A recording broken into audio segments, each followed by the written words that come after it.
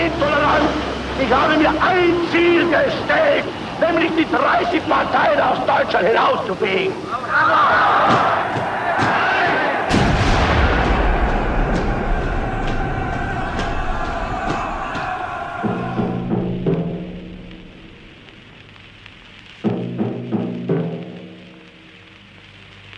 Ici, non. Les Français parlent aux Français. Honneur et patrie.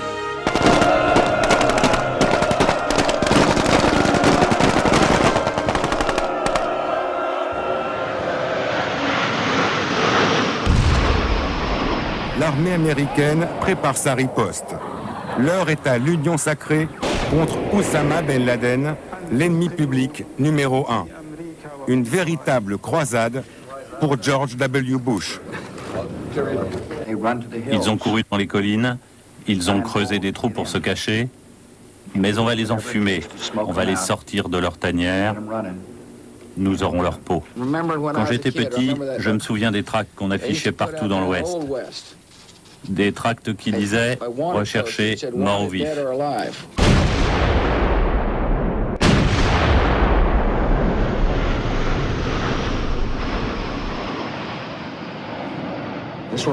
Ce sera un combat monumental entre le bien et le mal. C'est une guerre d'un genre nouveau, dit-il. Une guerre, je n'ai aucun doute là-dessus, que nous allons gagner. Mais cela ne sera pas sans peine, et cette victoire aura un prix.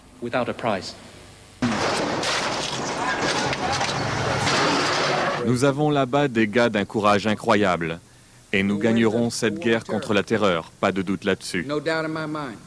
Nous ne connaîtrons pas de repos tant que le danger pour l'Amérique et la civilisation n'aura pas disparu. Nous poursuivrons les terroristes partout. À l'aéroport, s'ils sont à l'aéroport. Et excusez-moi, s'ils sont aux toilettes, on ira les buter dans les chiottes. Peace pour tout le monde. Peace. In the world. Il y a tout lieu de croire que les théâtres d'opération sur lesquels nos forces sont déployées continueront de nous solliciter. D'autres, hélas, pourraient s'ouvrir. Se tenir prêt à toute éventualité est au cœur du métier de soldat que vous avez choisi.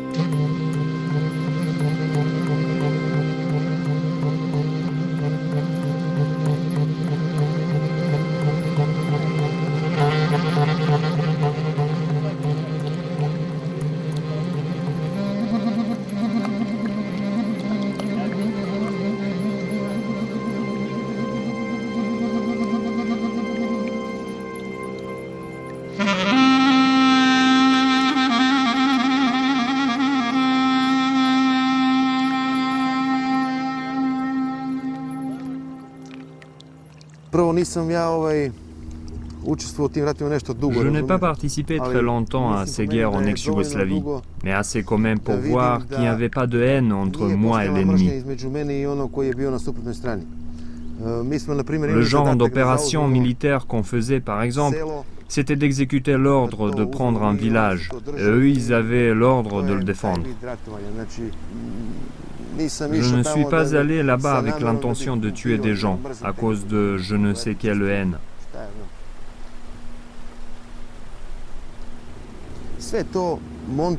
Toutes ces guerres ont été provoquées, c'est un coup monté. Moi je vois ça comme une sorte de business que les dirigeants politiques d'ici ont supervisé en faisant monter la mayonnaise. Bien sûr, il y a aussi la responsabilité des grandes puissances qui sont venues officiellement pour nous aider, mais qui ont fait strictement l'inverse. Quand je regarde encore aujourd'hui autour de moi, tous mes voisins sont croates et musulmans. Nous n'avons aucun problème. Pourquoi aurais-je de la haine envers un croate ou un musulman de Bosnie ?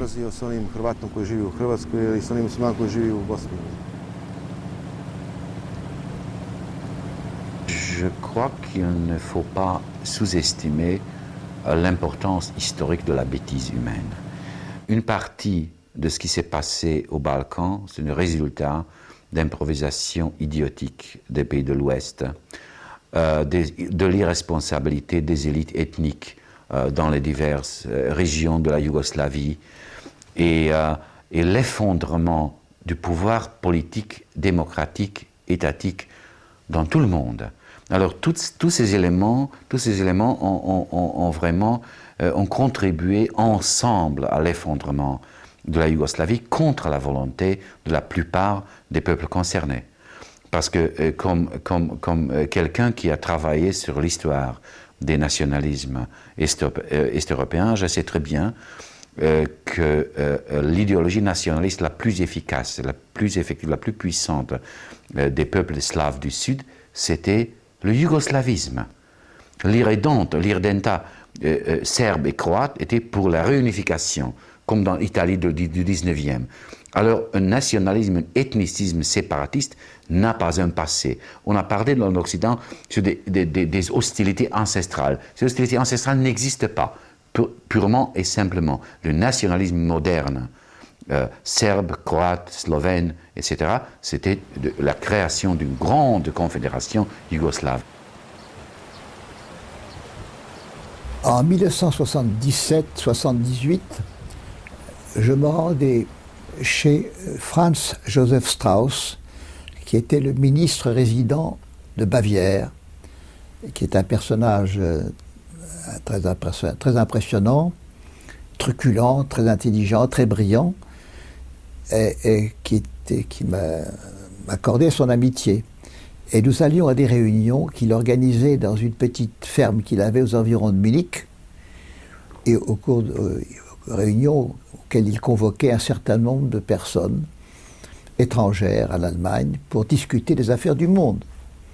Il y avait là, par exemple, un Britannique qui s'appelait Brian Krausier, qui doit vivre encore. Il y avait un Espagnol, un ministre espagnol qui s'appelait Sanchez Beya, et il y avait un représentant de l'Opus Dei du Vatican. Et moi, je représentais, si je puis dire, la France, j'allais à titre français. Et au cours de ces réunions, nous discutions de la situation du monde, donc, je me rappelle très bien Strauss me disant, nous parlant de la Yougoslavie, et nous disant, en 1977, que cet État n'était pas viable. Autrement dit, 3 ans avant la mort de Tito, en Allemagne, l'idée était sous-jacente qu'il faudrait régler le problème yougoslave à la mort de Tito. Car le problème, la Yougoslavie n'étant pas fiable, entre guillemets, étant une création du traité de Versailles, et tous les efforts de l'Allemagne, je le comprends, si j'étais allemand j'aurais la même idée, étaient de détruire ce qui restait d'un traité si humiliant pour eux. Par conséquent, de détruire les séquelles du traité de Versailles, à savoir la Yougoslavie que nous avions créée et la Tchécoslovaquie, créée en même temps, qui est la Slovaquie d'un côté et la Tchéquie de l'autre. Alors, il est clair que depuis 1989, on est entré dans une phase décisive de ce qui était perçu par les diplomates français, et évidemment par d'autres, comme la remise en cause du statu quo de 1945. Il y a un très très beau texte d'un de nos diplomates, pour lequel j'ai beaucoup d'estime, parce que je trouve que c'est un excellent analyste, qui s'appelle Armand Bérard, qui est d'autant plus intéressant qu'il a une expérience à la fois allemande et américaine. Il y a un très beau texte de 1952. C'est une période où Armand Bérard, qui a été attaché d'ambassade de 1945 à 1949 à Washington, et qui est le second de François Poncet, le délégué à nouveau du comité des forges en Allemagne, depuis 1949, c'est un moment, donc, c'est un texte où il dit la chose suivante. Il dit « Les Allemands sont maintenant en mesure de réaliser ce que les Allemands... les Américains sont en mesure de réaliser ce que les Allemands pensaient impossible, c'est-à-dire non seulement abolir les résultats de 1945, mais aller très au-delà, c'est-à-dire mettre en réalisation les buts de guerre allemands antérieurs, c'est-à-dire d'une part la conquête de l'Europe centrale et orientale, et même la menace directe contre la Russie.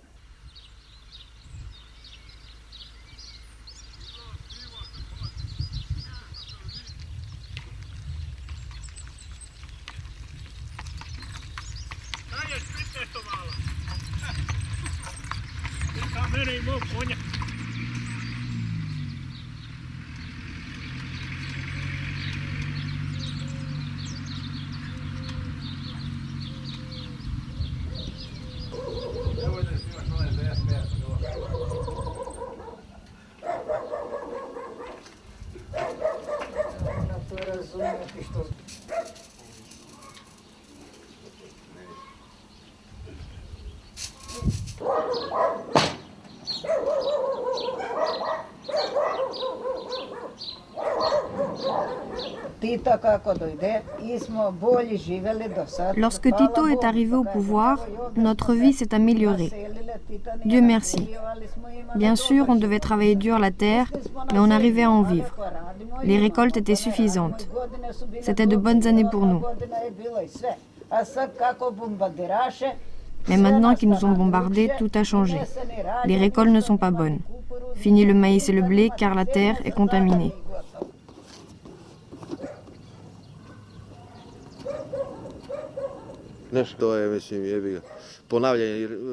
Nous ne sommes pas des historiens pour t'expliquer tous les détails, te dire si ça s'est passé en telle ou telle année.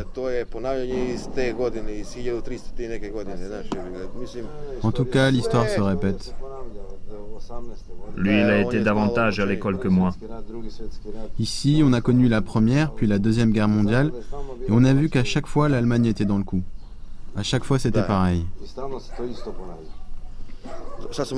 Sauf qu'en ce moment, c'est un peu différent. Ils ne sortent plus les armes, ils font la guerre économique. D'abord, ils ont affaibli économiquement la population et maintenant, ils la font chanter avec des pressions et des promesses.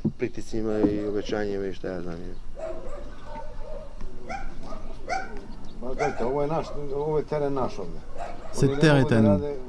Qu'ils fassent ce qu'ils veulent chez eux, mais ici, nous sommes chez nous. Il faut que vous compreniez quelque chose. Cette région est très convoitée car elle se trouve sur l'axe de passage entre l'Europe occidentale et orientale. C'est pour cette raison qu'ils ne nous laisseront jamais en paix. Il faudrait que les populations s'unissent, sinon on ne connaîtra jamais la paix.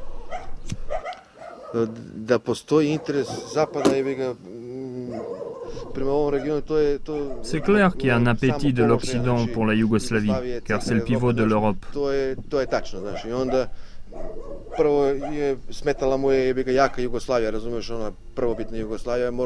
Il suffit de voir comment ils ont tout fait pour casser la Yougoslavie forte de Tito. Et quand ils y sont parvenus, ils ont eu besoin de Milošević, Tudjman et Izetbegović pour lancer la guerre. Il ne faut pas oublier que ce sont les États-Unis qui ont installé Milošević au pouvoir.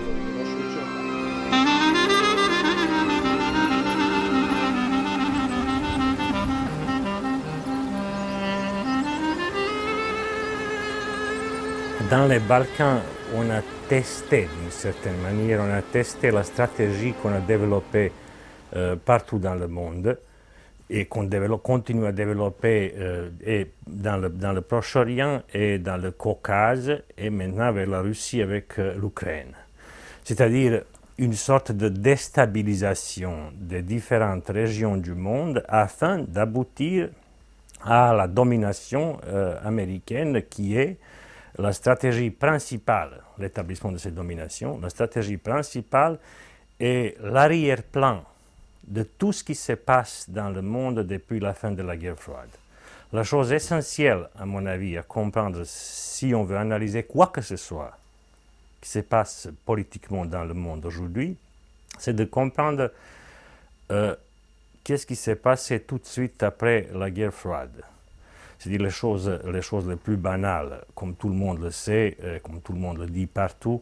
Après la guerre froide, il restait une seule puissance mondiale, et comme on le dit aussi partout, on dit que cette puissance, c'est-à-dire les États-Unis, ont une domination comme peut-être aucun pouvoir de toute l'histoire ne l'a eu.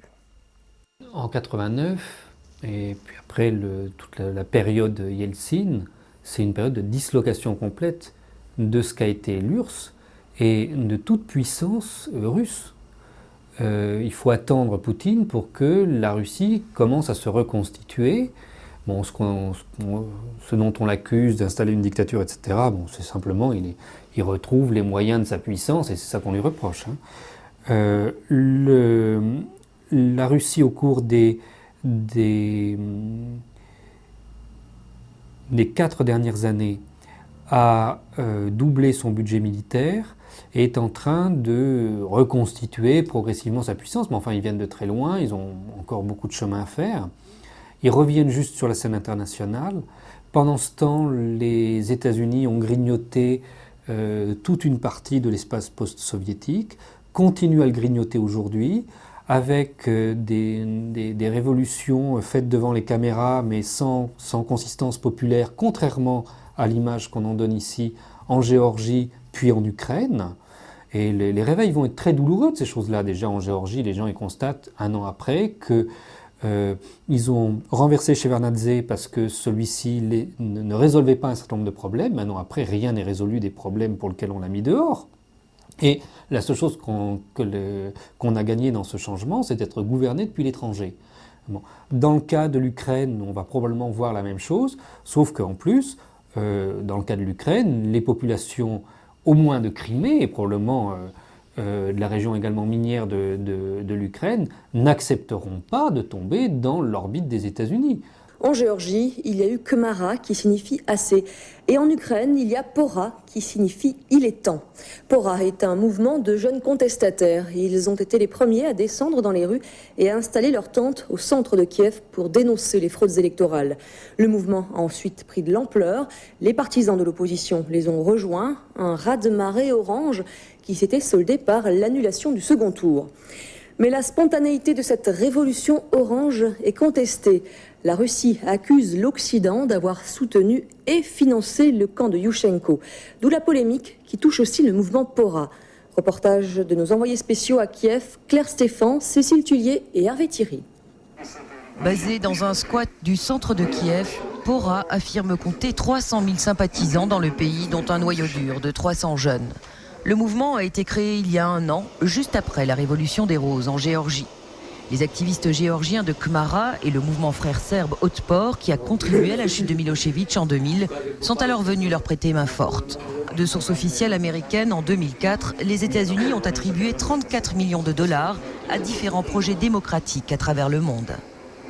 Freedom House s'est installé à Kiev il y a déjà 10 ans.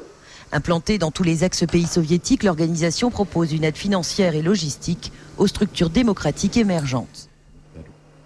Le monitoring d'élections demande des sommes considérables. Je crois qu'entre Freedom House et la fondation de l'Institut national démocratique, cela s'élève à environ 5 millions de dollars.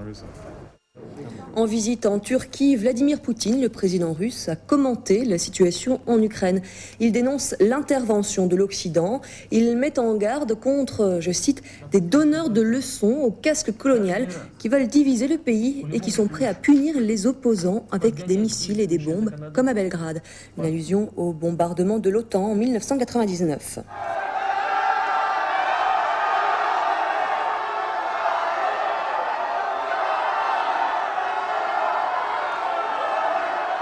Prenez l'exemple de ce qui se passe en Ukraine aujourd'hui.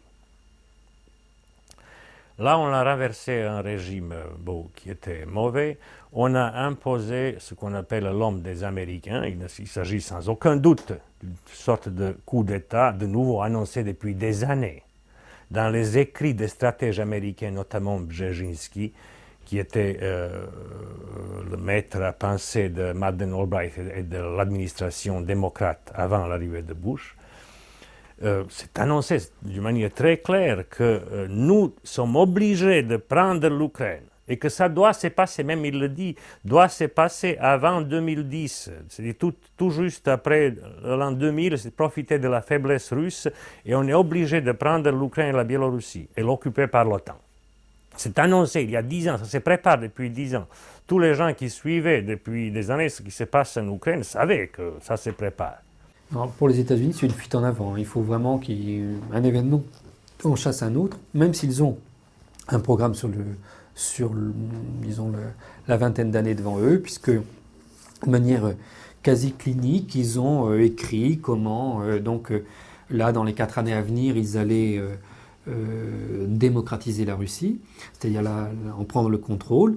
Et comment, lorsqu'ils auraient à la fois pris le contrôle des hydrocarbures du Golfe et des hydrocarbures de la Russie, alors ils se retourneraient contre la Chine, qu'ils attaqueraient en 2017. C'est extrêmement précis dans leur littérature. Pourquoi 2017 ? Ça ne s'est jamais expliqué, mais enfin bon, ils ont un programme comme ça qui doit se dérouler. À mon avis, la Chine, la Russie hésite. Actuellement, par exemple, il y a des longues négociations pour installer des oléoducs et des gazoducs partant de la Caspienne ou partant du nord de la Sibérie pour aller ravitailler la Chine. Les États-Unis négocient l'interruption de ces approvisionnements et on en discute, c'est un moyen de chantage habituel. Tu me laisses tranquille en Tchétchénie, tu ne pousses pas tes avantages en Géorgie et je ne ravitaille pas la Chine. Si tu ne le fais pas, alors je ravitaille la Chine et je l'avantage à tes détriments. Au fond, c'est un peu ce jeu qui doit se jouer dans les chancelleries entre les États-Unis et le Kremlin. Il est impossible de nier l'évidence. Nous n'avons pas compris la complexité et le danger des processus qui se déroulaient dans notre propre pays et dans le monde dans son ensemble. On ne peut nier l'évidence. Nous avons affaire non à des actions divisées et à des terroristes isolés. Nous avons affaire à une intervention de terrorisme international contre la Russie.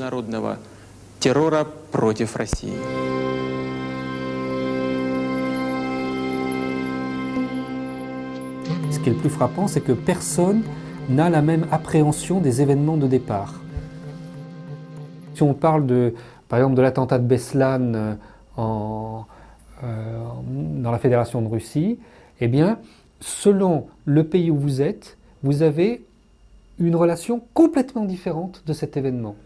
Si vous êtes en Europe, pour vous, l'attentat de Beslan, ce sont des indépendantistes tchétchènes liés au djihadisme mondial qui ont attaqué la Russie à cause de la Tchétchénie. Mais si vous êtes en Russie, vous pensez que ce ne sont pas des Tchétchènes qui ont fait ça, que ça n'a rien à voir avec le djihadisme mondial, et vous êtes persuadé que c'est une opération secrète organisée par la CIA et le MI6. Et c'est ce que vous racontent tous les dirigeants russes aujourd'hui. Donc, s'il y a une telle différence dans l'appréhension des événements, il ne risque pas d'y avoir une convergence sur l'interprétation de la période. Pourtant, il va bien se passer quelque chose. La conjoncture actuelle devrait inciter ceux qui ricanent sans cesse de la faiblesse de la Russie à manifester plus de prudence. On fera observer que la Russie a pris une déculottée considérable entre 1914 et 1917. Certes, elle a quand même changé le cours du monde. Et elle n'a pas pris une déculottée en 1945. Donc il faut se méfier de la thèse de la Russie faible. La Russie est un pays qui n'entrera pas spontanément en guerre. Mais c'est un pays qui, si on franchit les bornes, et on est en train de franchir les bornes, avec l'affaire ukrainienne, les bornes sont sérieusement franchies. Bon, les frontières actuelles de la Russie ne sont pas encore violées. Je pense que les personnalités bien informées se doutent que si on franchit les frontières de la Russie, on entre dans une des phases de l'affrontement général. Ceci étant, l'affrontement général se déclenchera peut-être pour autre chose. C'est très possible. Mais qu'on m'explique aujourd'hui, que quelqu'un vienne me démontrer, je pense que c'est la seule question, parce qu'on n'est pas là pour jouer les Cassandres, que quelqu'un vienne me démontrer qu'il y a aujourd'hui une raison pour qu'il n'y ait pas de guerre générale en Europe. Je n'en vois aucune. Je pense qu'il y a des raisons pour qu'il y ait une guerre générale en Europe, à laquelle les États-Unis participeront comme ils ont participé, c'est-à-dire en se retirant d'abord. On voit bien ce qui leur arrive d'ailleurs quand ils collent leur armée quelque part, et en arrivant ensuite au moment de la répartition des futures zones d'influence, parce que leurs moyens financiers les auraient aidés à jouer un rôle déterminant dans cette future guerre. Mais maintenant, je ne peux pas vous dire si elle va commencer aux frontières de l'Allemagne, si elle va commencer quand on va attaquer la Russie. Je pense que, toutes choses égales d'ailleurs, un troisième conflit mondial a des chances de se produire, et qu'il a des chances de se produire en frappant le sol européen.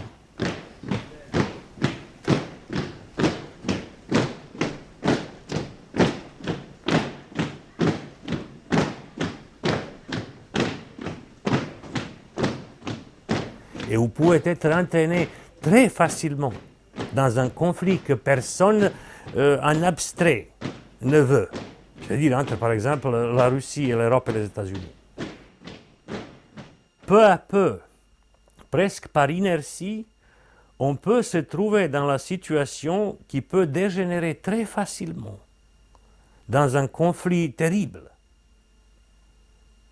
Tout simplement par volonté en disant « je suis assez intelligent, je pense que je sais jusqu'où je peux aller ». Enfin, d'abord jusqu'à la Pologne, d'abord jusqu'à les pays baltes, puis jusqu'à l'Ukraine, puis demain jusqu'à Moscou finalement. Vous savez, peu à peu parce que les Russes sont faibles. Puis à un moment donné, vous pouvez avoir les bombes. Et puis chercher à qui la faute. Je veux dire, il y a, dans cette politique occidentale depuis la fin de la guerre froide, il y a ce qui a déjà été évoqué partout dans les analyses, ce fameux hubris grec, c'est-à-dire on dépasse facilement des limites. On se croit trop fort et on croit que tout le monde est très faible. Et on croit que vraiment on peut aller très très très loin, sans aucun risque. Et ça, on sait que ce sont les situations qui dégénèrent facilement dans les guerres. De nouveau, comme dans la vie privée, je veux dire, il y a les gens qui sont très forts physiquement et qui croient qu'ils sont capables d'aller très très très loin. Puis il y a un moment donné où les autres ne veulent pas supporter ça, même si c'est irrationnel. Et ils peuvent entrer dans les révoltes irrationnelles parce qu'ils refusent de reculer.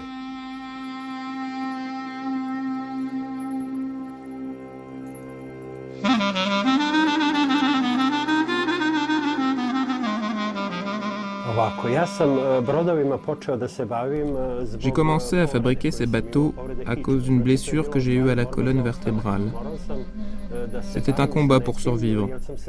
Je devais trouver une manière de m'occuper car j'avais peur de devenir paralysé. J'ai commencé à faire ces miniatures pour m'évader et faire comprendre aux gens qu'il y avait autre chose que la guerre.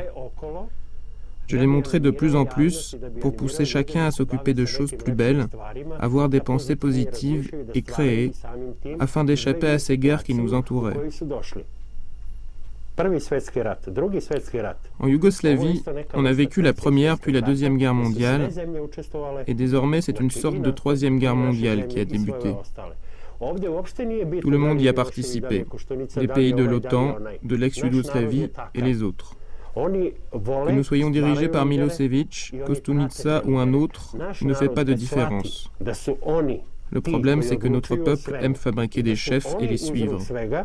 Le jour où nous comprendrons que nous sommes les décideurs et la cause de tout, le jour où nous commencerons à penser positivement, alors il n'y aura plus de guerre. Mais peut-être que le reste du monde s'opposera à cela car ces guerres ont pour nécessité d'éliminer le surplus de population. Le progrès a été considérable. On constate que beaucoup de gens sont saturés. Par exemple, les étrangers qui viennent ici sur le Danube et prennent un bateau pour aller pêcher dans la verdure, ils cherchent la nature parce qu'ils ne savent plus quoi chercher. Il n'y a plus rien qui les motive. Tous les bateaux de croisière qui viennent chez nous, en Roumanie ou en Bulgarie, cherchent des espaces, entre guillemets, encore préservés de la main de l'homme. Les gens veulent revenir à la nature parce qu'ils sont saturés. Pourtant, tout est à notre disposition. Que demander de plus? Nous sommes en train de tout subordonner au progrès, et ce n'est pas bien du tout.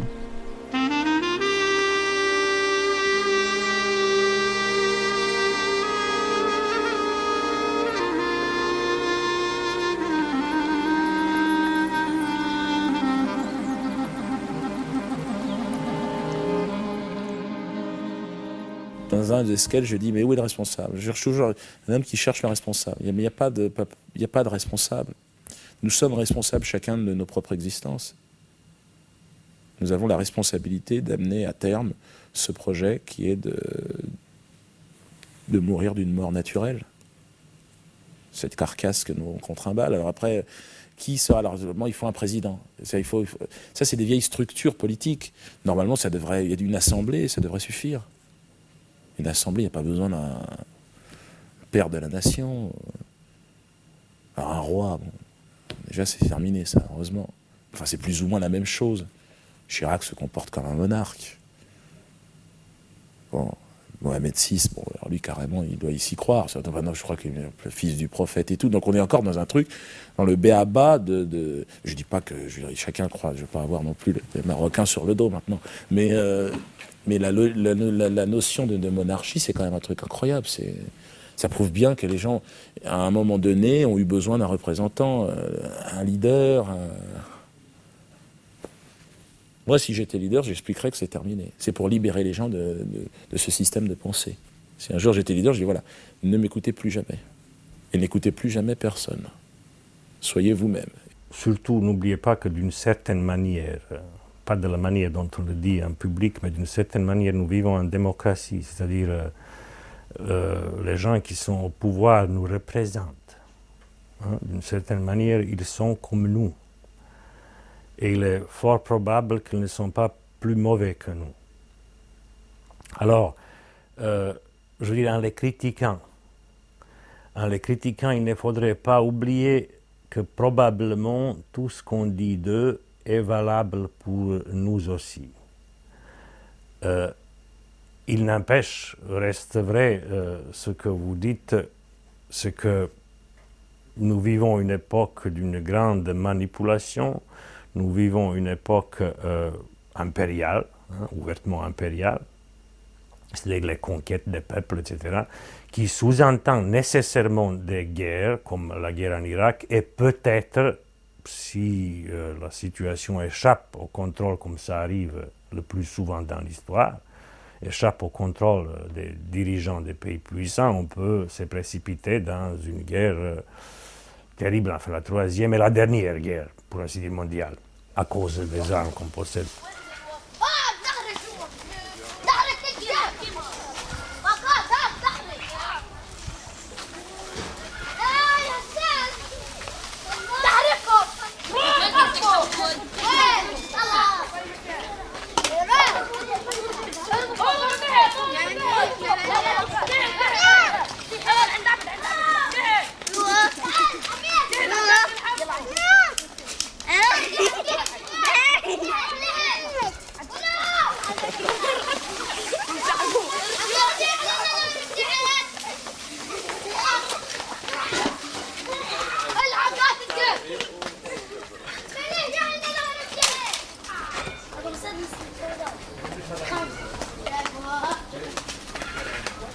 Depuis 70, si vous voulez, 1870, donc plus d'un siècle et demi, en Europe, nous avons été constamment en guerre, à l'initiative de l'Allemagne d'ailleurs, la guerre de 70, puis la guerre de 14-18, puis celle de 39-45.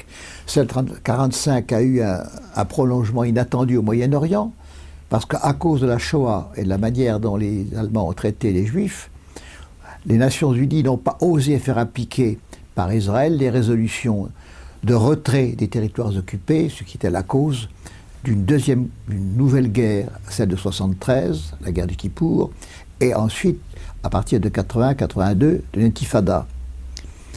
L'Allemagne est indirectement responsable de ces guerres.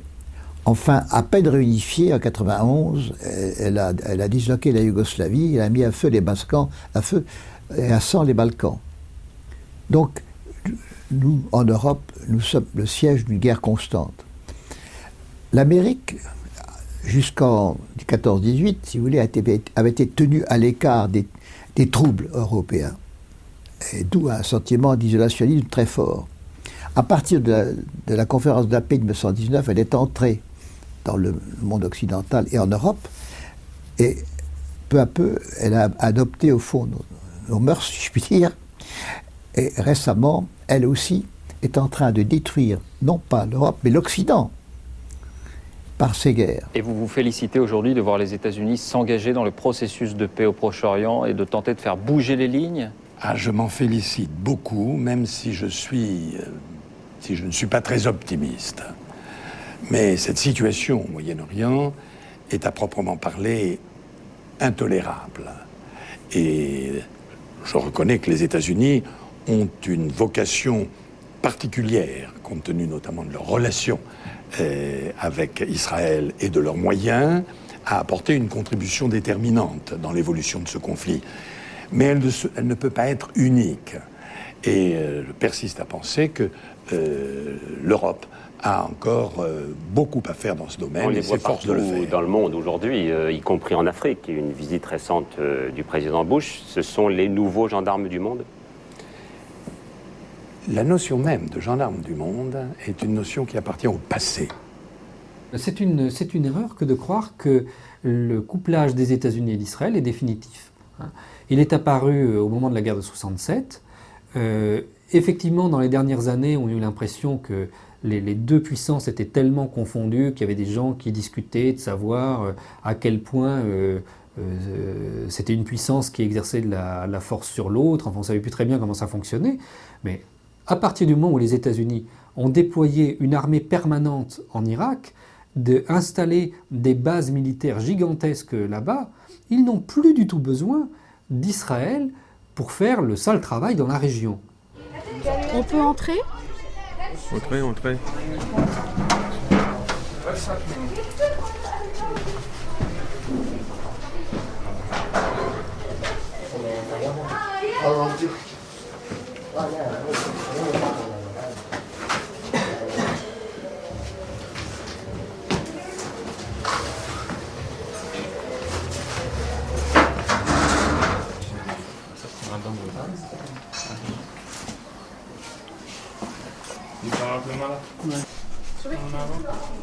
Quelque chose là-haut?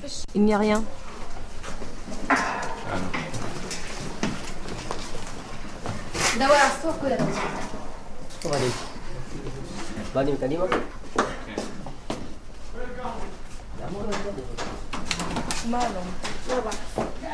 Ils viennent souvent dans votre maison et vous pouvez seulement les regarder?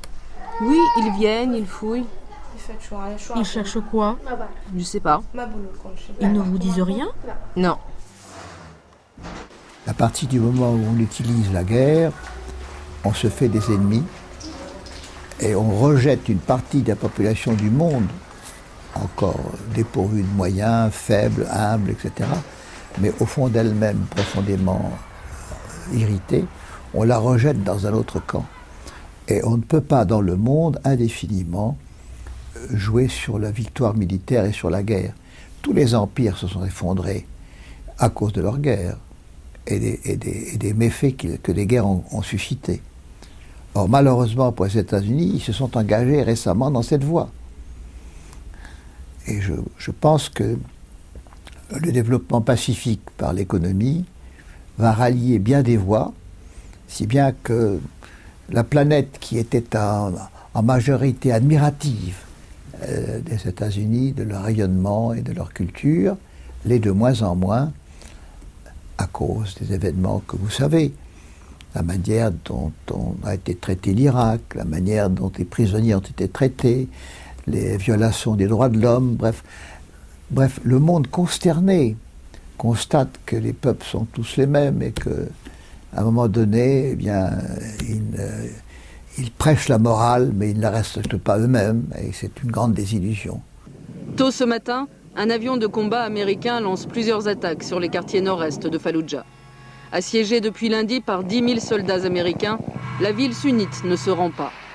Largement inférieure en nombre et en armes, 2000 à 2500 résistants ne laissent aucun répit aux assaillants.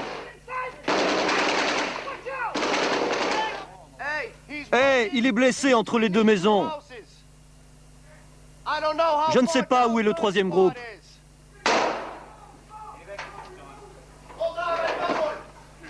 Il est parti. Dans la matinée, une partie des troupes américaines s'enfonce rapidement dans la ville. L'objectif est d'impressionner. Mais d'autres Marines sont engagés depuis ce matin dans de redoutables combats de rue, fouillant maison après maison. On croyait que tout était OK. Il y avait des rebelles sur le toit, on est monté pour les déloger et les ramener avec l'escadron. Mais un autre gars a surgi et a essayé de me tuer. Il m'a lancé une grenade. Au hasard des rues, les Marines découvrent des cadavres.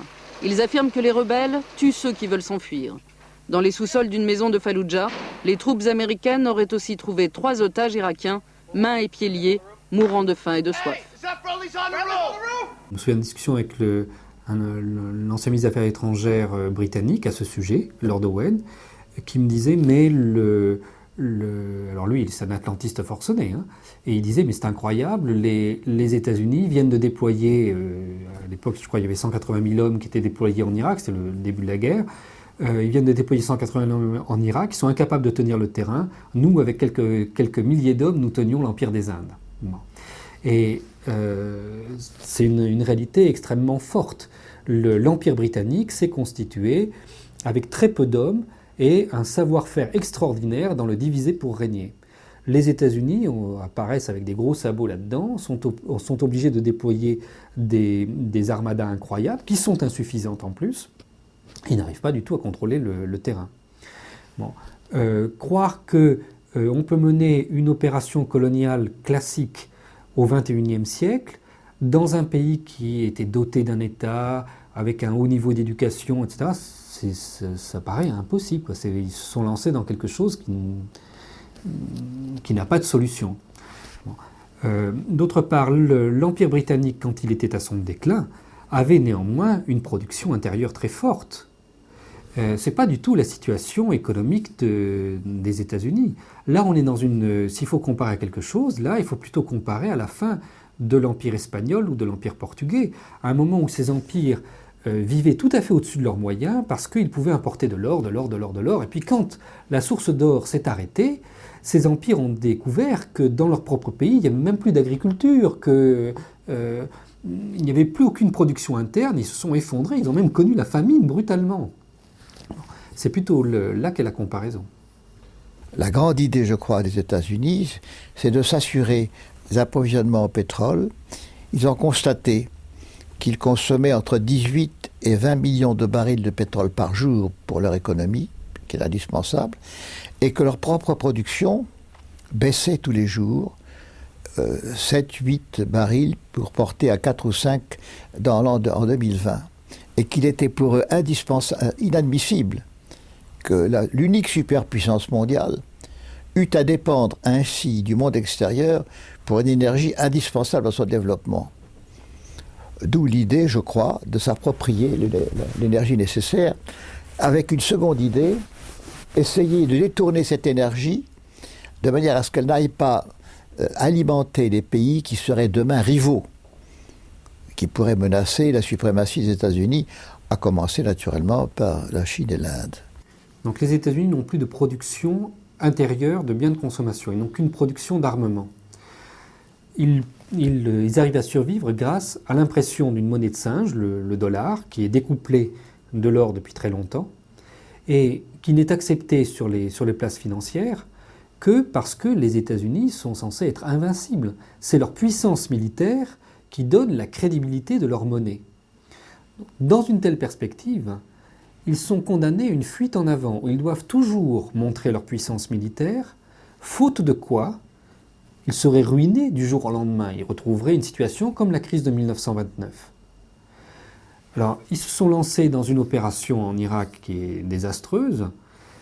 Si l'opinion publique internationale se rend compte de l'échec que ça signifie, c'est-à-dire s'ils sont amenés à se retirer, il y aurait un effondrement de leur économie. Il faut donc qu'ils déplacent leur guerre ailleurs. Ils sont rentrés dans un processus de guerre itinérante. On passe de l'Afghanistan en Irak, et puis après peut-être la Syrie ou d'autres encore.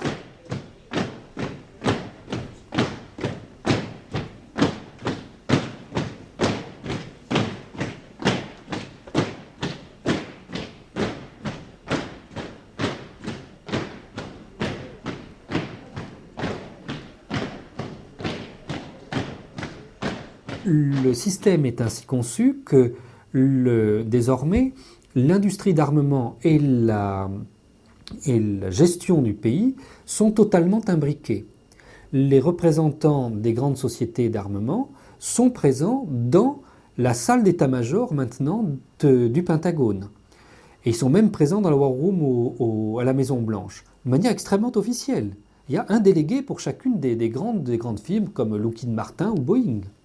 Et lorsque, dans le dernier bombardement de l'Irak, au début de cette guerre, quand on a déterminé les cibles, l'industrie d'armement a participé à la détermination des cibles pour des raisons liées à l'économie de l'armement et absolument pas pour des raisons directement militaires sur le terrain.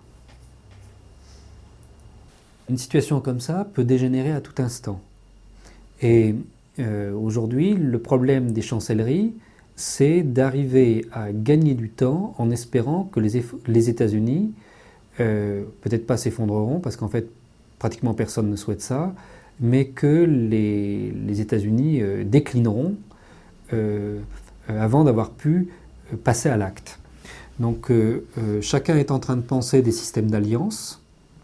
Alors on voit la France, l'Allemagne, la Russie ont commencé à faire un triangle au départ pour s'opposer à la guerre en Irak.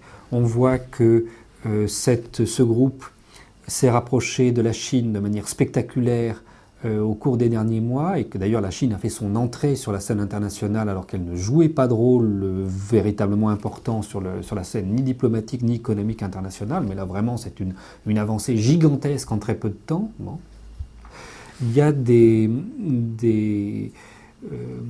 axes nouveaux, comme par exemple le soutien apporté par la Chine à l'Iran, qui signifie l'entrée de la Chine sur l'échiquier au Proche-Orient. C'est tout à fait nouveau, ça bouleverse totalement les plans des États-Unis. Il peut se faire que dans quelque temps, on ait l'Iran qui adhère à l'Organisation de coopération de Shanghai avec la Russie et la Chine. Donc ça aussi, ça modifierait complètement les équilibres. Il y a les tentatives qui sont faites par certains États pétroliers pour se débarrasser du dollar. Donc cette question a été discutée d'abord à l'intérieur de l'organisation de la conférence islamique, puis à l'intérieur de l'OPEP. Et dans les deux cas, c'est quand même des discussions qui sont très avancées. On peut penser que dans quelques années, on va revenir au moins partiellement à l'étalon or, où on va convertir certains marchés en euros. Bon. Donc toutes ces choses-là auront des conséquences dramatiques sur l'économie des États-Unis et feront disparaître la menace qu'ils représentent.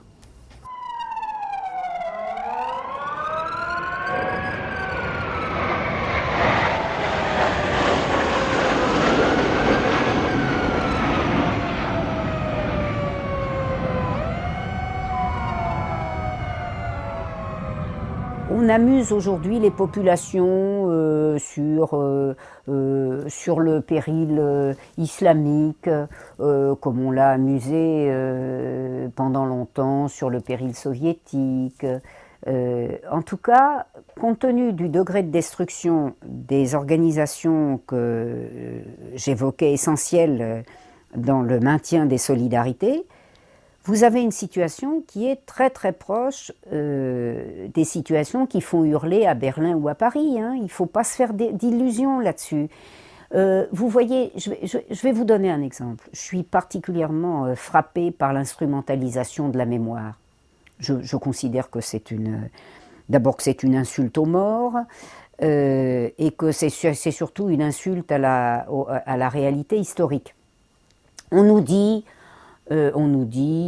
qu'on rend hommage aux exterminés, on prétend aujourd'hui conduire la guerre contre l'antisémitisme, mais il ne faut pas se faire d'illusions, il faut se dire qu'il y a toute une série de philosémites de très fraîche extraction qui ont été des antisémites acharnés, qui sont capables de retourner leur veste exactement comme ils l'ont retourné en 1939 ou 1940. Je pourrais vous faire la démonstration. Hein. J'en connais des philosémites de 1939 et même du début de 1940 qui se sont retournés. Et que, si vous voulez, les mêmes qui prétendent honorer la mémoire conduisent contre les populations de religion islamique ou présumée une campagne qui conduit par exemple à ce qu'une jeune femme se fasse assommer parce qu'elle porte un voile, etc., sans que les journalistes bougent, alors qu'on a eu une espèce de tourmente quand une jeune femme a été présentée comme victime d'un attentat antisémite.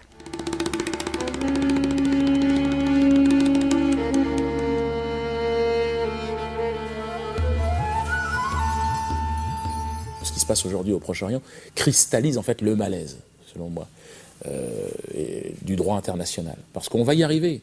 On va transcender ces frontières géographiques, ethniques, religieuses. On va y arriver parce qu'elles n'ont plus aucune raison d'être. Aujourd'hui, plus personne n'a de raison d'être juif, musulman, chrétien. Ça n'a plus de sens. Ça a servi certainement à l'époque préhistorique à constituer une sorte de plateforme de civilisation qui nous permet aujourd'hui d'envisager la lumière. La lumière, pour moi, c'est le droit international. Donc, c'est amusant aujourd'hui de voir les gens se débattre dans leur sentiment communautaire. Et Sarkozy, tous ces hommes de bonne volonté, si on veut les appeler comme ça, qui voudraient alors maintenant qu'on crée des conseils du culte musulman, le CRIF, renforcer l'esprit communautaire. Ils sont en train de remettre même en cause la loi de 1905 sur la laïcité, dont nous fêterons le centenaire cette année. On revient, là, c'est l'impression effectivement d'être, moi, citoyen français républicain, athée, rejeté en fait du projet de cette nouvelle république sarkozienne qui est en train de se mettre en place, avec cette volonté sectaire insupportable, quoi. Aujourd'hui, c'est amusant de voir tous ces tabous qui s'installent. On ne pourra bientôt plus se moquer d'Israël. Bon, ça c'est autant violer un enfant, c'est quand même beaucoup moins grave. Alors l'homosexualité qui commence à arriver, les Noirs évidemment, les Arabes, les femmes. Bientôt, il y aura des humoristes pour chaque communauté.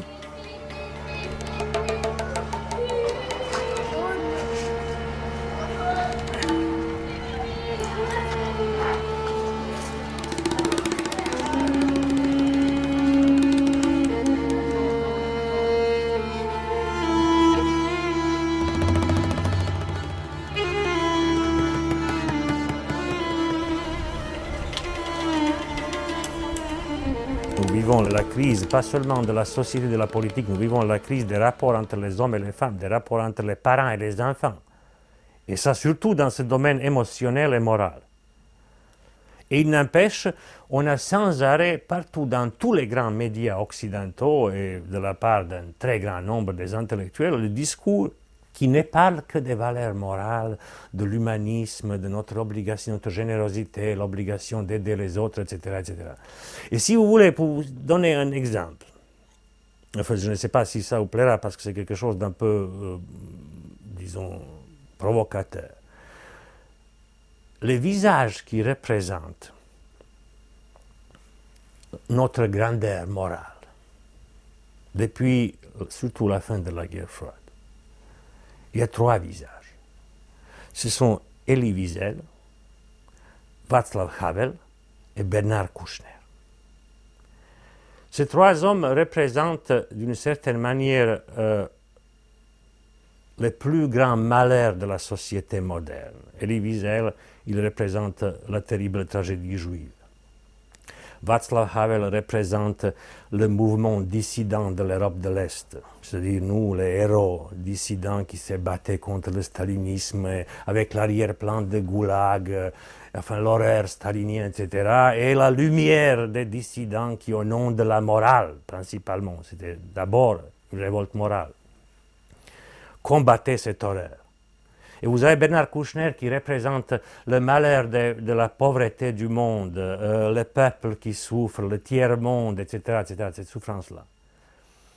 Ces trois grandes expériences, ces trois, disons, immenses malheurs qui sont plus ou moins tout le temps présents dans la conscience de chaque homme dans la société dans laquelle nous vivons.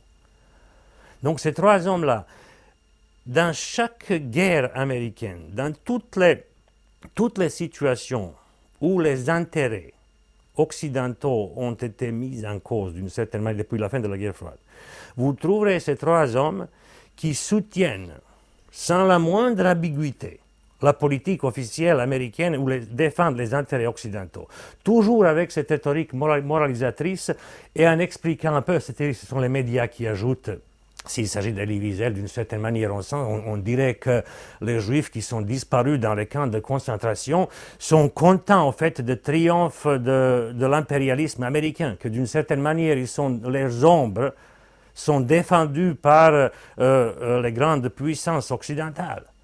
Ou pour Václav Havel, on dirait que les dissidents n'ont vécu que pour voir le triomphe de l'impérialisme américain. Ou pour Bernard Kouchner, la même chose. Vous savez qu'il n'y a que de défendre les peuples, les pauvres, etc., au fait, en soutenant chaque guerre américaine menée où que ce soit, contre qui que ce soit. Quand on fait le bilan, on voit le chaos en Irak, l'ONU discréditée. On pensait qu'on irait vers un monde plus sûr. Or, on vient d'apprendre que Al-Qaïda existait toujours, des attentats au Maroc, en Arabie Saoudite. Franchement, est-ce que ça valait la peine de faire une guerre pour arriver à ce résultat-là? Ça vaut toujours la peine de se débarrasser d'un salaud, d'un assassin de son peuple. Le chaos, il existait avant. Que je sache, il n'y avait pas une invasion de l'Irak et il y a eu les Twin Towers, et il y avait eu des attentats partout, et il y en aura encore. Le terrorisme de l'extrémisme musulman, pas des musulmans, est devant nous. Mais on nous avait dit, les Américains non, on nous avait rien dit dit de tout ça. On avait dit on poursuit et on avait dit bravo parce que dans, évidemment, enfin, Bush a dit quand même on va vers un monde plus sûr, ça y est, on a... Oui, mais il n'a pas dit en combien de temps. Qui croit que la dimension du temps... Mais l'Irak n'est à peine commencé. Les opérations de maintien ou d'imposition de la paix durent des années. Quand M. Gardner est venu nous dire qu'il resterait 3 mois, ça faisait tristement rire. C'est pas ça du tout. Ils disent on peut imposer la démocratie par la force. Nous, Américains, pouvons seuls décider du bien et du mal sur cette planète. C'est un langage que je déteste.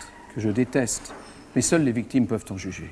Seuls les Irakiens pouvaient dire non, ces Américains-là, nous n'en voulons pas. Et personne ne l'a dit, au contraire. Je suis allé, et vous aussi, voir les chiites, voir les Kurdes, c'est-à-dire 80% du pays ou 85%, moins de 2 mois avant la guerre. Ils voulaient cette guerre car ils la vivaient d'avance comme une libération.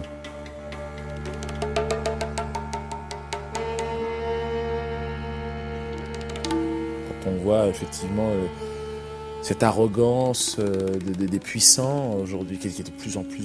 Ils n'ont même plus besoin de se cacher. Je prends mon exemple. Bon, j'ai vécu un petit lynchage médiatique de la part d'un Bernard-Henri Lévy, par exemple, qui appelle au boycott de mon spectacle. C'est un philosophe milliardaire dont la famille a fait fortune dans le bois précieux africain et qui voudrait me donner à moi des leçons de morale en m'expliquant ce qui est bien et ce qui est mal. Moi, je ne prétends pas incarner la raison, mais qu'un philosophe milliardaire qui gère une fortune colossale et qui a participé au dépouillement et à la déforestation d'une zone particulièrement sensible en Afrique, chemise ouverte sur poil, nous explique où se racent le bien et le mal.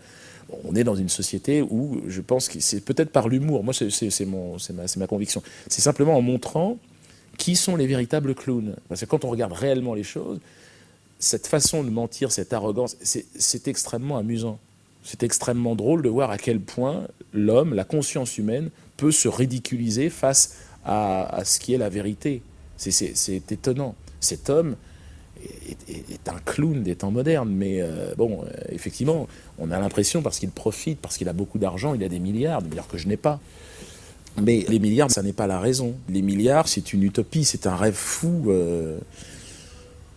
vers lequel il court et qui les conduira de toute façon, on le sait tous, droit dans le mur. On ne peut plus accepter la vérité sur nous-mêmes. On ne peut pas se dire aujourd'hui, par exemple, que nous, notre société, l'Occident, est en train de recoloniser le monde. Parce que nous nous souvenons ce qui était la colonisation jusqu'à pratiquement aujourd'hui, jusqu'à hier, jusqu'aux années 50.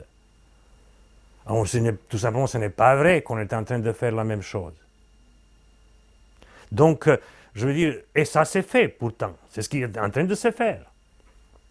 Il faut vraiment faire un effort pour fermer les yeux et ne pas voir que c'est en train de se faire. Et en même temps, c'est vraiment insupportable. Et alors, les gens, lorsque apparaissent les propagandistes officiels, ils disent non, nous sommes une société morale, inoffensive, qui ne fait rien, qui n'a aucune politique étrangère. Il n'y a pas d'impérialisme américain, il n'y a pas de projet de l'Empire. Encore que ça peut être trouvé dans toutes les analyses officielles et publiques, partout. Il n'empêche, on préfère le mensonge. Là, c'est évidemment la clé de notre faiblesse. Hein. Et c'est peut-être ce qui nous condamne, pas seulement politiquement, mais nous condamne dans notre rapport à la vie. Parce qu'il y a la règle d'essayer d'accepter la réalité. On peut être mauvais parce que les hommes sont mauvais, peut-être, toujours, ou ils sont mauvais et bons, etc. Et bien, donc on est obligé d'accepter les mauvaises expériences, mais on n'est pas obligé d'accepter les mensonges. D'une certaine manière, il est fort probable que c'est ça le critère, et dans la vie des individus, et dans la vie des sociétés, le critère de la grandeur de la société, de la vie individuelle. Dans la mesure où on est capable d'accepter la vie, dans cette mesure on a vécu. Dans la mesure où on choisit d'être drogué tout le temps et de fermer les yeux sur la réalité, peut-être c'est agréable, mais on n'a pas vécu. Vous savez, on peut regarder pays par pays les conflits qui opposent les uns aux autres. Mais quand vous regardez ce seul élément sur lequel on n'insiste pas assez, c'est-à-dire le degré de dégradation des populations auxquelles on est parvenu, la liquidation d'énormément de solidarité, la destruction d'une partie importante de la classe ouvrière et de ses organisations, qui étaient des organisations de solidarité. Je vous donne un exemple sur les années 30. Dans les années 30, la solidarité était extrêmement difficile, mais vous aviez un pan minoritaire mais important des organisations de la classe ouvrière qui ont œuvré à la solidarité des ouvriers étrangers avec les ouvriers français. C'était très dur, c'était minoritaire, mais ça existait. Je ne mettrai pas sur le même plan la conjoncture syndicale actuelle, hein. C'est-à-dire qu'il n'y a plus de combat sur ce terrain, ou très peu de combat sur ce terrain. En tout cas que c'est un terrain qui a été largement déserté. Eh bien, quand vous comparez le degré, ce que j'appelle le degré de dégradation des populations, c'est-à-dire les haines qui peuvent se déclencher, les attentats racistes, le mépris à l'égard du ressortissant d'une autre nationalité, vous vous dites qu'il y a une donnée qui est au moins aussi au point qu'entre 1914 et qu'avant 1914 ou avant 1939, c'est-à-dire la disposition des populations à guerroyer.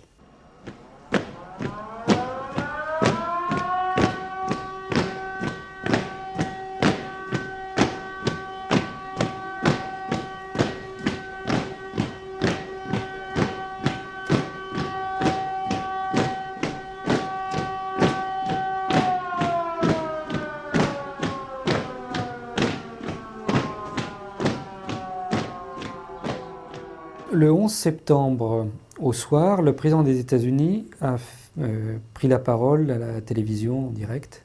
Quand il a terminé son entretien, à la minute même, le Washington Post a affiché sur son site internet un texte qui était déjà prêt de Henry Kissinger, dans lequel il explique le but de la guerre au terrorisme, où il dit, voilà, on n'en a rien à faire de savoir qui a fait ces attentats. Par contre, nous allons utiliser ces attentats pour détruire tous ceux qui, dans le monde, s'opposent à notre hégémonie.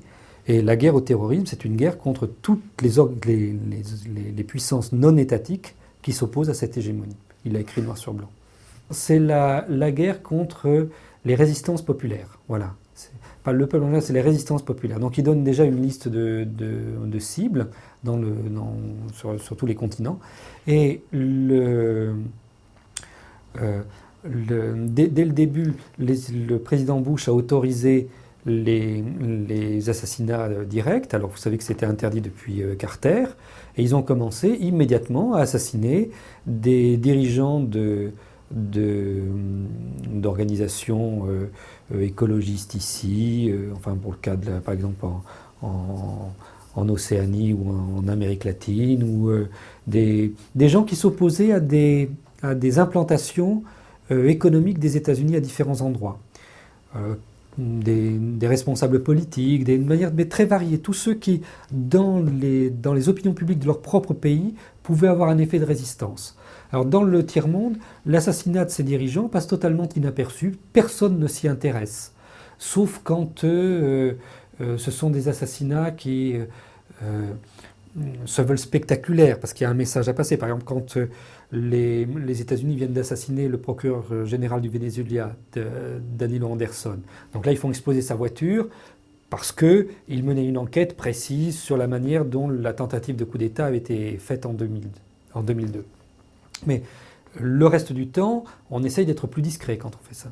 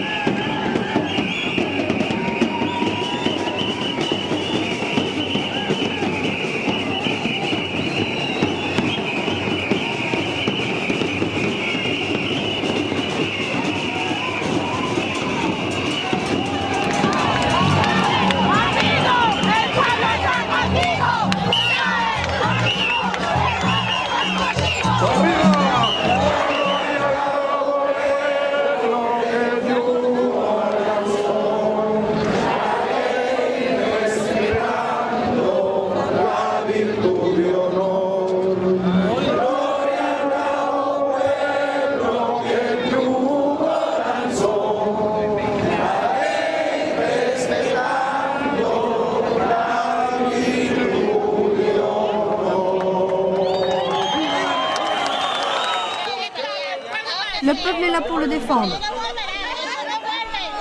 Chavez, le peuple est avec toi. Ça, c'est le vrai Venezuela. Ça n'a rien à voir avec ce qu'ils montrent ici à la télévision.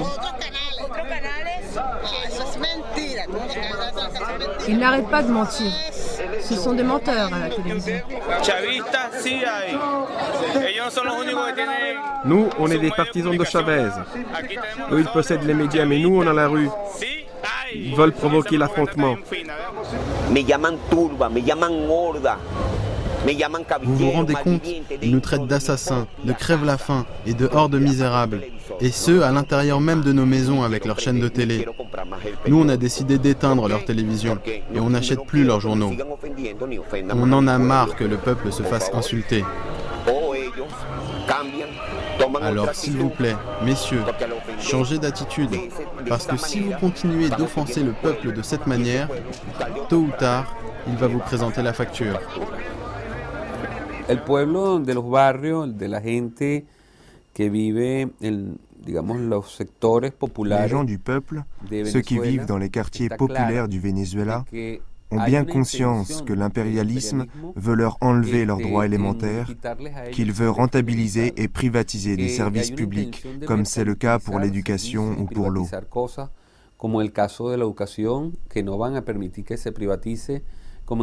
Les gens d'ici ne vont pas permettre que le gouvernement privatise, comme d'autres pays le font. On est en train de s'unir avec d'autres peuples pour éviter cette politique de privatisation.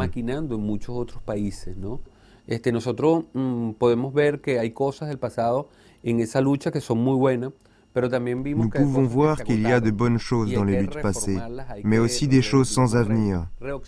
Les premières, il faut les réformer, les réoxygéner. Et les autres, il faut les éliminer, les écarter, car ce sont elles qui ont provoqué l'affaiblissement de nos luttes.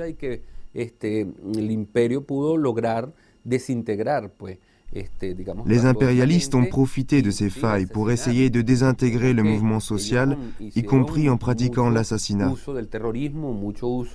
On voit qu'ils utilisent fréquemment le terrorisme et l'oppression afin d'éliminer les gens qui luttent pour que l'impérialisme n'accomplisse pas ses objectifs dans les pays les plus pauvres et pour que nous puissions revendiquer des droits sociaux comme l'éducation.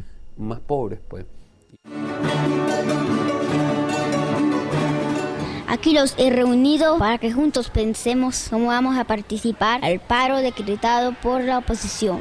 No podemos dejar de participar a la hora en que Chávez quiere transformar a Venezuela en una dictadura comunista como Cuba.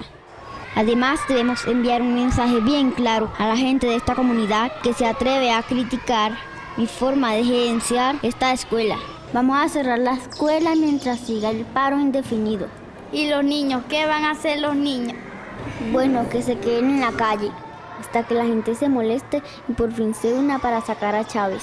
Le 2 décembre, la directrice de cette école, Olga de Bastardo, avait décidé de fermer notre école. Mais nous, on est venus plusieurs fois. Pas moyen d'entrer. Alors nous et nos parents et nos voisins, on a décidé d'ouvrir l'école. En janvier, elle aurait dû commencer, on aurait dû être en classe, mais pas moyen.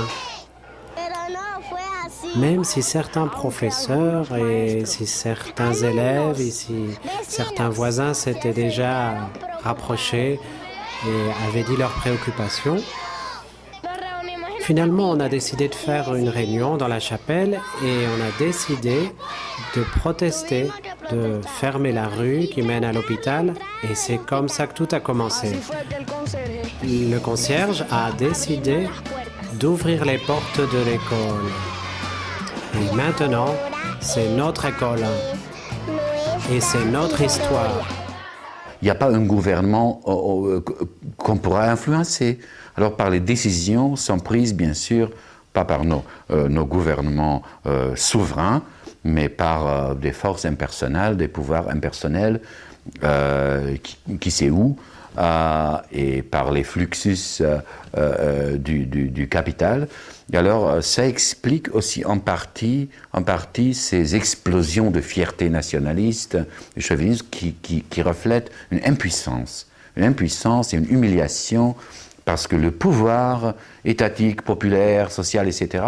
sont perdus, sont cédés aux centres qui sont même invisibles. Vous savez, la différence très importante entre colonialisation et globalisation, c'est que les pouvoirs coloniaux avant, quand même, ont bâti quelques boulevards,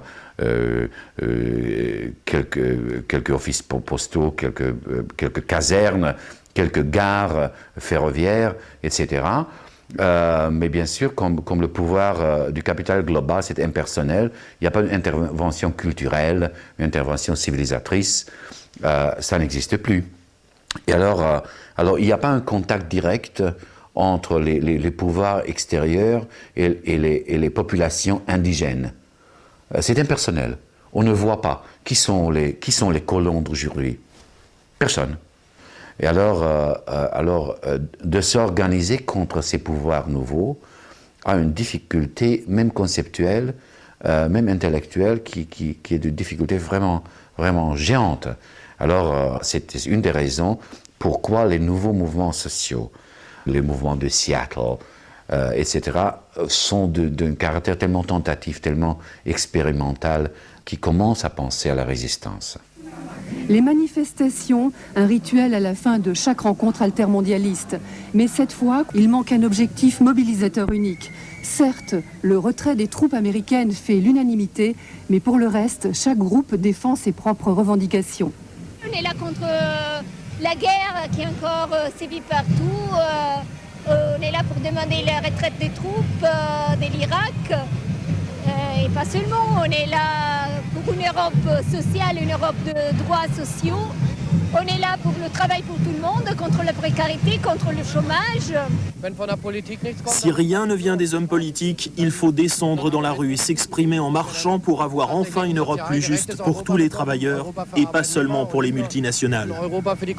Il y a clairement beaucoup de gens qui veulent autre chose, mais ils ne se rallient pas spécialement sous la même bannière et tout ça, mais mais clairement, il y a quelque chose de fort qui ressort, c'est qu'il y a un ras-le-bol général du capitalisme sauvage comme il est mené maintenant. Certains militants du FSE ont regretté l'absence de mot d'ordre unitaire. Faute de perspectives politiques, ils craignent un essoufflement du mouvement. Sí vemos que hay movimientos que muestran esa, digamos, esa actitud de muy debilidad porque no enfrentan realmente. Ces mouvements montrent de la faiblesse parce qu'ils ne se positionnent pas de manière forte ou décidée. Ils ne maintiennent pas de position ferme. Parfois, ils vont jusqu'à négocier. Ils posent des revendications et ensuite ils font marche arrière. À mon sens, c'est une grave erreur. Si on veut tenir une position, il faut que celle-ci soit bien analysée. Elle doit générer une réflexion forte sur des bases solides. Elle doit s'intégrer complètement dans le mouvement, faute de quoi on risque de voir apparaître des mots d'ordre vides. Et quand on recherche un soutien populaire, on se rend compte qu'on ne l'a pas parce que ce n'est pas ce que les populations voulaient.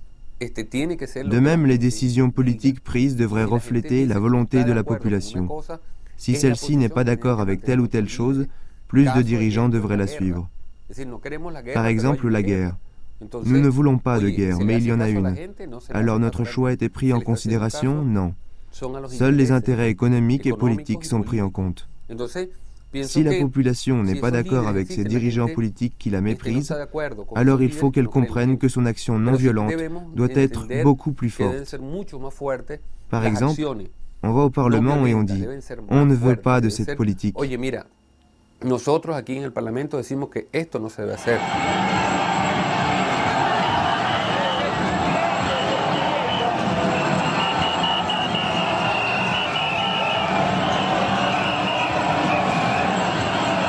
Un autre avant-guerre, celui d'avant 1914, nous conduit à peu près dans la même configuration qu'aujourd'hui. Des organisations ouvrières combatives de fait détruites, je dis bien combatives, hein. Un ralliement à l'union sacrée à peu près total, c'est-à-dire une infestation aussi parfaite qu'aujourd'hui avec aussi peu de moyens de résister. De ce point de vue, nous sommes plus proches de 1914 que nous ne sommes de 1939. Il n'empêche qu'en 1939, ça a fonctionné à peu près comme en 1914, c'est-à-dire que Daladier s'est fait accueillir au Bourget en étant persuadé au retour de la signature de l'accord de Munich, persuadé qu'il allait se faire écharper, s'est fait accueillir par une foule en délire qu'on avait quand même aidé à réunir, hein. Parce que là aussi, les archives, ça permet de reconstituer la manière dont les opérations spontanées se font, hein. C'était aussi spontané, ou presque aussi spontané, que les masses accueillant le Shah réintronisé par les Américains en 1953. Il n'empêche que Daladier a eu cette formule fameuse « les cons dans un an, ils auront la guerre ».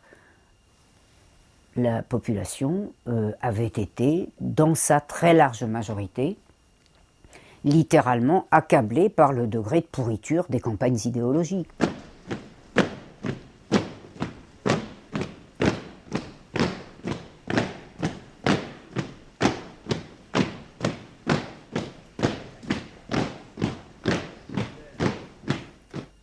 La chose cruciale, il me semble, hein, qui manque dans l'action de ces contestataires modernes, c'est quelque chose sur quoi il est bien sûr difficile de parler, très, très sensible, c'est la manière dont, à cause de l'expérience communiste, des deux guerres mondiales, etc., de ce malheur du XXe siècle, et aussi à cause de l'efficacité de la propagande libérale, disons, la manière dont a été exclue la violence comme un comportement finalement légitime dans la société, lorsqu'on veut se battre pour des choses auxquelles on croit. Et voilà ce que je veux dire. Je ne suis pas en train de faire l'apologie de la violence. Je suis un homme non violent et je pense qu'en soi, la violence est toujours mauvaise. Ça, c'est une chose que je pense, dans l'absolu, je déteste la violence et je pense que c'est toujours mauvais. Mais il n'empêche, comme on le sait dans l'histoire, et dans la vie de chaque individu. Il y a des situations où la violence s'impose, où il n'y a rien d'autre à faire. Je veux dire, ça c'est la tragédie de la condition humaine. On sait que c'est terrible et on sait qu'on doit y aller et passer par la violence et essayer de le transformer en quelque chose de mieux.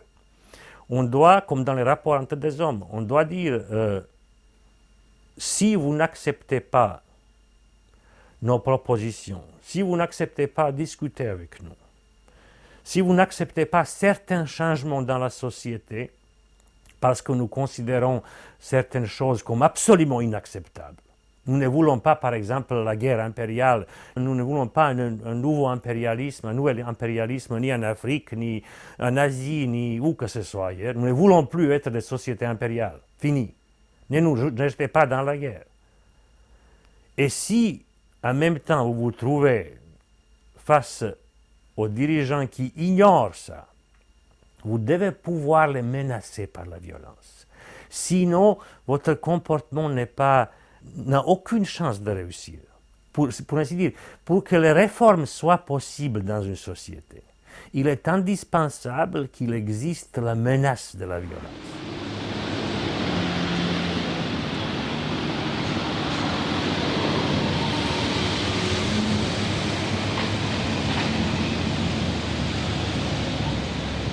Ma responsabilité et la responsabilité de toute ma génération est très lourde. Nous avons abandonné le contenu démocratique de notre résistance contre le système bolchevique. Alors, démocrate, on est devenu libéral, dans le sens où, bien sûr, on a protégé, on a défendu et on défend toujours les droits individuels, les droits de l'homme dans leur interprétation très étroite des droits personnels et individuels. Mais le principe de la participation, de la démocratie comme pouvoir pour les citoyens, cette idée a été abandonnée à l'avantage d'un élitisme politique, parlementaire, économique, en la faveur d'une coopération internationale entre les élites économiques et politiques qui purement et simplement a fait une prestidigitation très intéressante. Alors le pouvoir populaire a disparu immédiatement après les changements de 89. Cette crise-là est de nouveau dans les racines de la société moderne, dans le capitalisme. À partir du moment où nous avons constaté que nous vivons dans la société du marché, où les plus forts gagnent, que ces illusions métaphysiques, religieuses, morales, etc., c'est quelque chose qui empêche notre développement. Dans les pensées les plus profondes sur le capitalisme, il a été dit, et ça c'est quelque chose de très profond, diabolique mais profond, que la société avance par les vices. Le progrès se fait grâce aux vices, pas grâce aux vertus. Les vertus empêchent le progrès, c'est-à-dire le progrès de la société du marché. C'est pour dire avec un exemple très simple, si vous avez un enfant et si vous voulez le préparer pour qu'il réussisse dans la société du marché, il ne faut pas que vous lui appreniez à être honnête, à tenir sa parole, à être sensible, à être touché par les malheurs des gens, parce que ça va le détruire.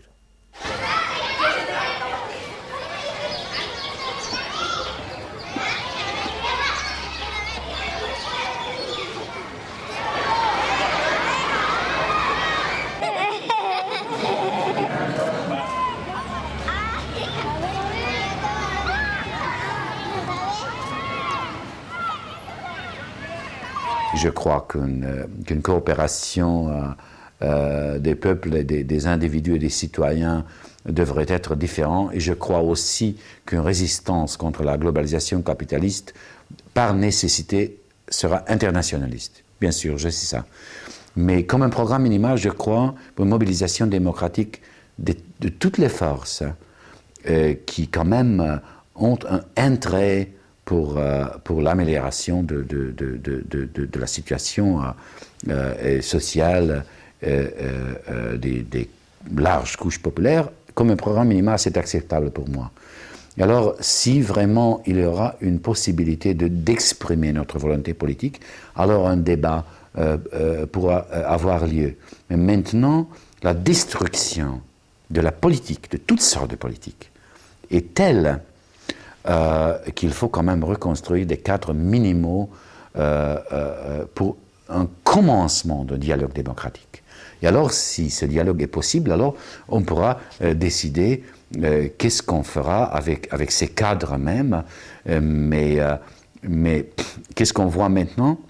Ce n'est pas une destruction créatrice des États-nations, mais c'est une décadence, c'est une déchéance, c'est une décadence vraiment du cadre politique comme tel. Et justement, la clé du problème serait, et je ne sais pas s'ils l'ont compris, serait de redonner à l'État, émanation de la représentation populaire,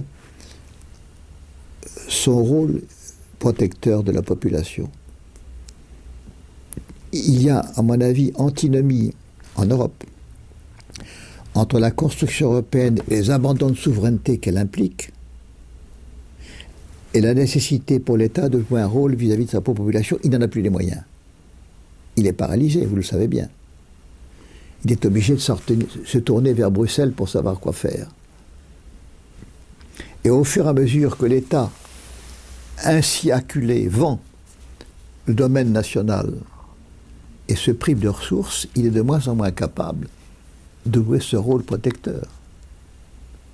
On ne peut pas à la fois vouloir moins d'État et moins de rôle de l'État et lui demander davantage de ressources, ce que nous faisons. Nous sommes en complète contradiction avec nous-mêmes. Et je pense que les altermondistes appartiennent à la frange mondiale qui proteste contre cette situation, mais qui n'est pas allé au bout de son raisonnement, qui consiste à redonner à la représentation populaire un rôle qu'elle a perdu.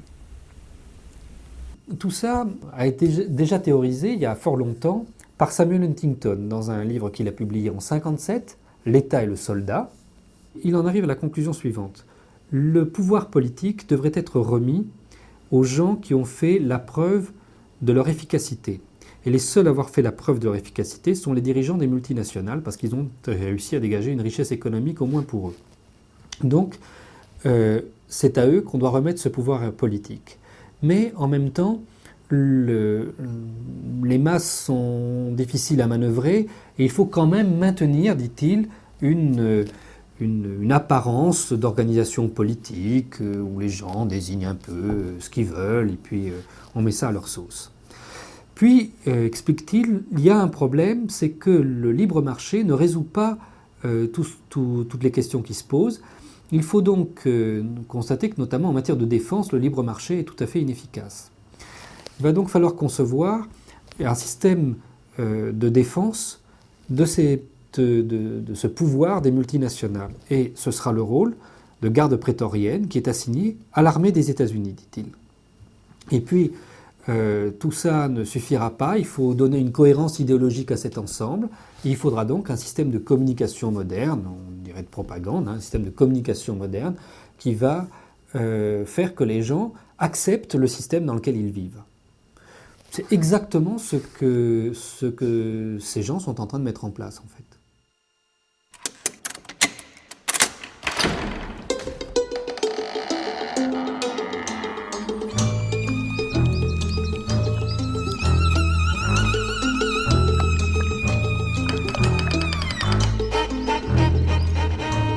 Le blues est né dans les champs de coton. Les gens ont créé, ont fabriqué un style. Plutôt que de pleurer, ils se sont mis à chanter. Et ça a donné quelque chose de très fort. Donc, ayons confiance en l'espèce humaine et en notre capacité d'adaptation aux situations les plus terribles. Regardez, le rire, c'est propre à l'homme, par exemple. Les autres mammifères ne rient pas. Quoique, il y a le couinement du dauphin, apparemment, qui pourrait parfois être associé et les corbeaux qui compteraient jusqu'à 14, m'a-t-on dit. Ouais, mais comme quoi, je veux dire, on n'est pas les seuls non plus. Donc attention, il y a la compétition. Si on continue à jouer au con, on risque de se faire doubler. Le corbeau compte jusqu'à 14. Que les choses soient... Et les dauphins se marrent.